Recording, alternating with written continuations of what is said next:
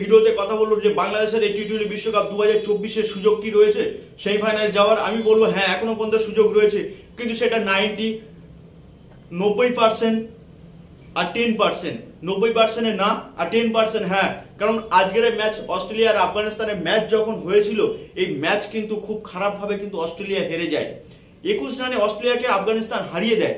এই হারানোর ফলে কিন্তু আফগানিস্তান যেরকমই একটা সেমিফাইনালে যাওয়ার জন্য একটা সুযোগ খুঁজছে, সেরকম কিন্তু বাংলাদেশের কাছেও কিন্তু একটা সুযোগ এসে গেছে। ভাই এবার তুই সামলা, যেটা বিরাট কোহলিকে এগ্রেশন দেখিয়েছিলি সেটা আফগানিস্তানকে এগ্রেশন দেখিয়ে ভালোভাবে একটা জয় তুলে নে।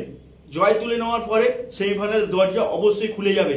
হয়তো খুবই চাপ আছে, অনেকটা ব্যবধানে ম্যাচ জিততে হবে, হয়তো রান অনেকটা ব্যবধানে ম্যাচ জিততে হবে, নাহলে খুব তাড়াতাড়ি উইকেট নিয়ে ম্যাচটাকে শেষ করতে হবে, নাহলে খুব তাড়াতাড়ি ম্যাচে যে টার্গেট দেবে সেই টার্গেটটাকে চেস করতে হবে। যদি পারে তাহলেই কিন্তু সেমিফাইনাল দরজা খুলবে বাংলাদেশের কাছে। এবং তার সাথে সাথে ইন্ডিয়াও আর অস্ট্রেলিয়ার যে ম্যাচ আছে, ইন্ডিয়া যদি অস্ট্রেলিয়াকে হারিয়ে দেয় তাহলে দুটো টিম আরো সুযোগ পাবে। হয় আফগানিস্তান সেমিফাইনাল কোয়ালিফাই করার সুযোগ পাবে, নাহলে বাংলাদেশ কোয়ালিফাই করার সুযোগ পাবে। যদি ইন্ডিয়ার কাছে অস্ট্রেলিয়া যদি হেরে যায়, আর যদি অস্ট্রেলিয়ার কাছে ইন্ডিয়া যদি হেরে যায়, তাহলে দুটো টিমের কাছে কোনোটাই সুযোগ থাকবে না সেমিফাইনাল কোয়ালিফাই করার জন্য।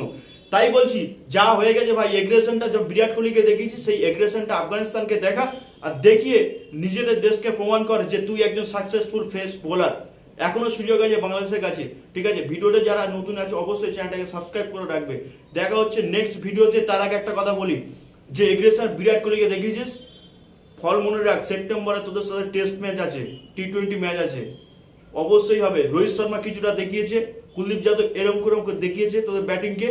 অবশ্যই একটু সাবধানে থাকিস, ওই যে সিরিজগুলো আছে সিরিজেই ফল পেয়ে যাবি। ঠিক আছে, থ্যাংক ইউ সো মাচ।